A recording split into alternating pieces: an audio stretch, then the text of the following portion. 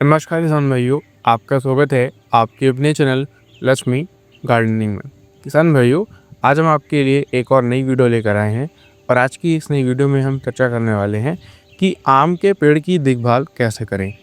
किसान भाइयों, जैसा कि आप सभी जानते हैं कि इस समय अब हमारे आम के पेड़ में बौर निकलने का समय आ चुका है और आज हम बात करेंगे कि आपको अपने आम के पेड़ में बौर की अपने आम के पेड़ की देखभाल कैसे करनी चाहिए, कैसे उसकी गुड़ाई निराई कौन सी खाद डालनी चाहिए जिससे आपके आम के पेड़ का विकास काफ़ी तेज़ी से हो, बौर अधिक से अधिक मात्रा में आपके पेड़ में लगे और आपका जो मंजर है इस बार वह पिछले साल की तुलना में काफ़ी बेहतरीन आपको देखने को मिले। दोस्तों, इस समय जैसा कि आप सभी जानते हैं कि जनवरी का महीना ख़त्म होने वाला है और हमारे आम के पेड़ में लगभग मंजर निकलना शुरू हो गए हैं। आपको हर क्षेत्र में इस समय अब मंजर दिखना शुरू हो जाएंगे। और दोस्तों, ये जो मंजर होते हैं, इनका हमें बहुत ही ख़ास ध्यान रखना चाहिए क्योंकि अगर हमारा मंजर आम का ख़राब हो जाएगा, तो हमारी पूरी साल की मेहनत बेकार हो जाएगी और साथ ही साथ आपका आम का जो उत्पादन है इस बार वो भी ख़राब हो जाएगा क्योंकि मंजर अगर सही से नहीं लगेंगे, तो वह टिकोड़े भी नहीं लगेंगे। मंजर आपका ख़राब हो गया, गिर गया, कोई कीट लग गया, बीमारी लग गई, कोई बैक्टीरिया लग गया, फफूंद लग गया, तो आपका पूरा मेहनत ख़राब हो जाएगा। इसलिए आपको अपने आम के पेड़ की इसमें बहुत अच्छे से देखभाल करनी चाहिए। उसमें प्रॉपर रूप से खाद को डालना चाहिए जिससे पौधे को पर्याप्त मात्रा में पोषक तत्व मिल पाए और पौधा आसानी से विकास कर पाए, वृद्धि कर पाए। इसके लिए आपको बहुत ढेर सारी अलग-अलग खादों को डालना होगा जिससे कि आपका पौधा एकदम सुरक्षित रहे, विकास करे और आपके आम के पेड़ में आपको अधिक से अधिक मात्रा में मंजर देखने को मिले।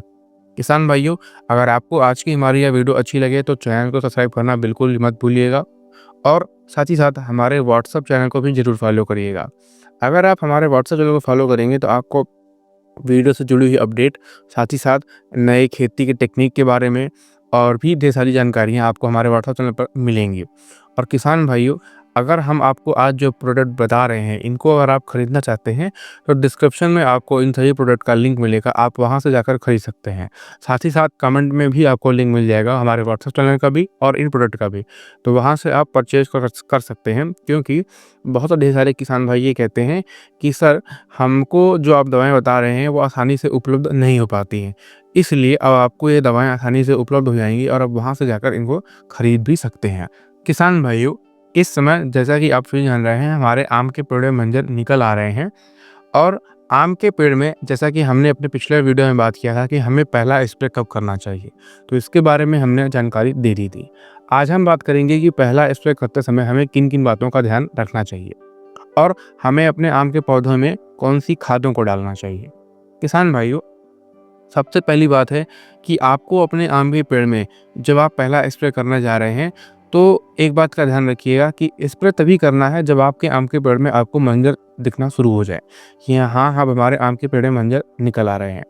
बहुत सारे किसान भाई गलती करते हैं कि वो मंजर या तो पूरी तरह से निकल जाता है 100% तब स्प्रे करते हैं और उसमें फूल भी खिल जाता है तब स्प्रे करना चाहते हैं। वो उनके लिए नुकसानदायक हो जाता है। उससे क्या होता है, उनका फूल झड़ जाता है। तो दोस्तों, इससे आपको बचना है और साथ ही साथ मंजर नहीं निकला है तभी आप स्प्रे कर दे रहे हैं, तो भी ये एक आपके लिए नुकसानदायक हो सकता है। आपको स्प्रे तब करना है जब आपके आम के पेड़ में मंजर आ चुका हो, क्योंकि हम जो यह स्प्रे कर रहे हैं ये अपने मंजर को ही तो बचाने के लिए कर रहे हैं ना। तो इसीलिए जब आपके आम के पेड़ में मंजर निकलना शुरू हो जाए, 25-30% आ जाए, निकल जाए मंजर, तब आपको करना चाहिए।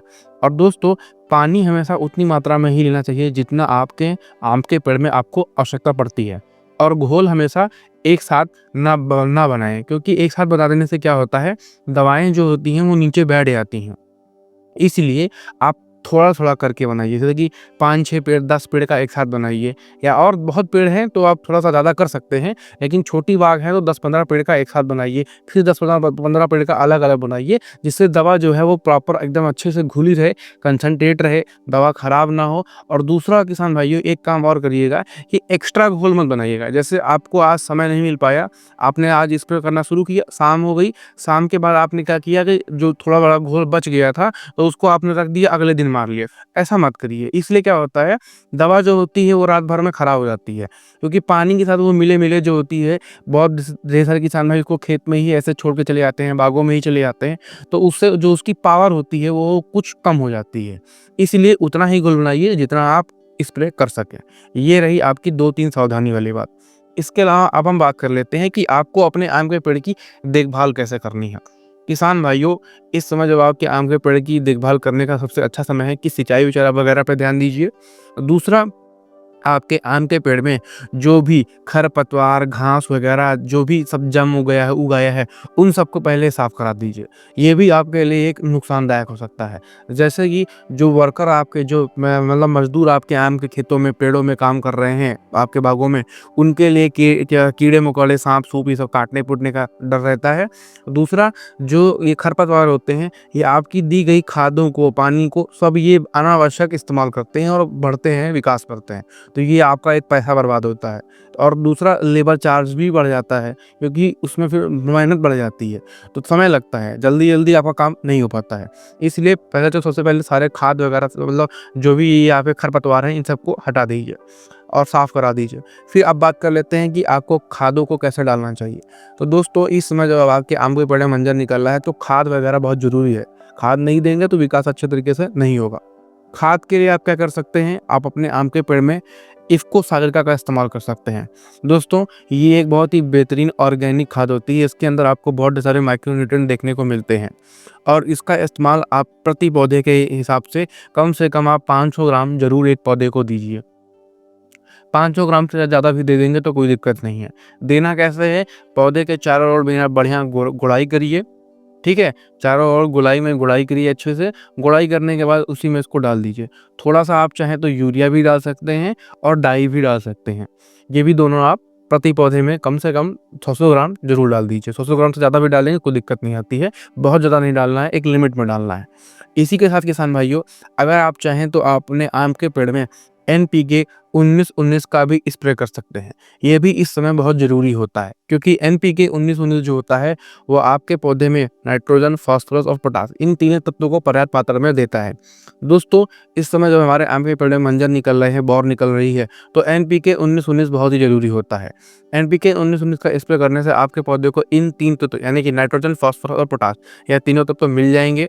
फास्फोरस, पोटास जो होता है वो पौधे के विकास के लिए और नाइट्रोजन जो होता है वो हरेपन के लिए बहुत ही ज़रूरी होता है।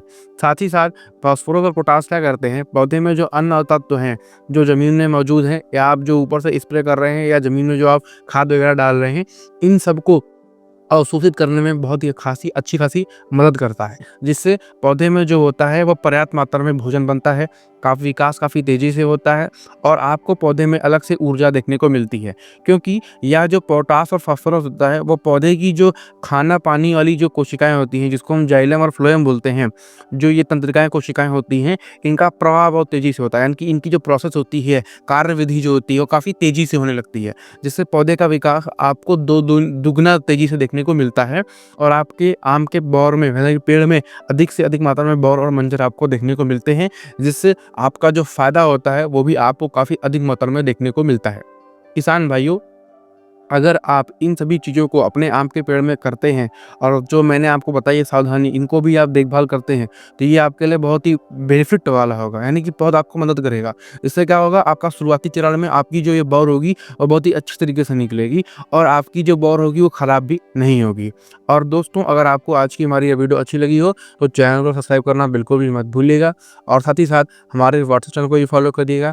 और अगर आप इन चीज़ों को खरीदना चाहते हैं, एनपीके 19-19 को, इफ़को सागरिका को या माइक्रोन्यूट्रिएंट को, कोई भी खाद को, तो आपको डिस्क्रिप्शन में लिंक मिलेगा, आप वहाँ से जाकर खरीद सकते हैं।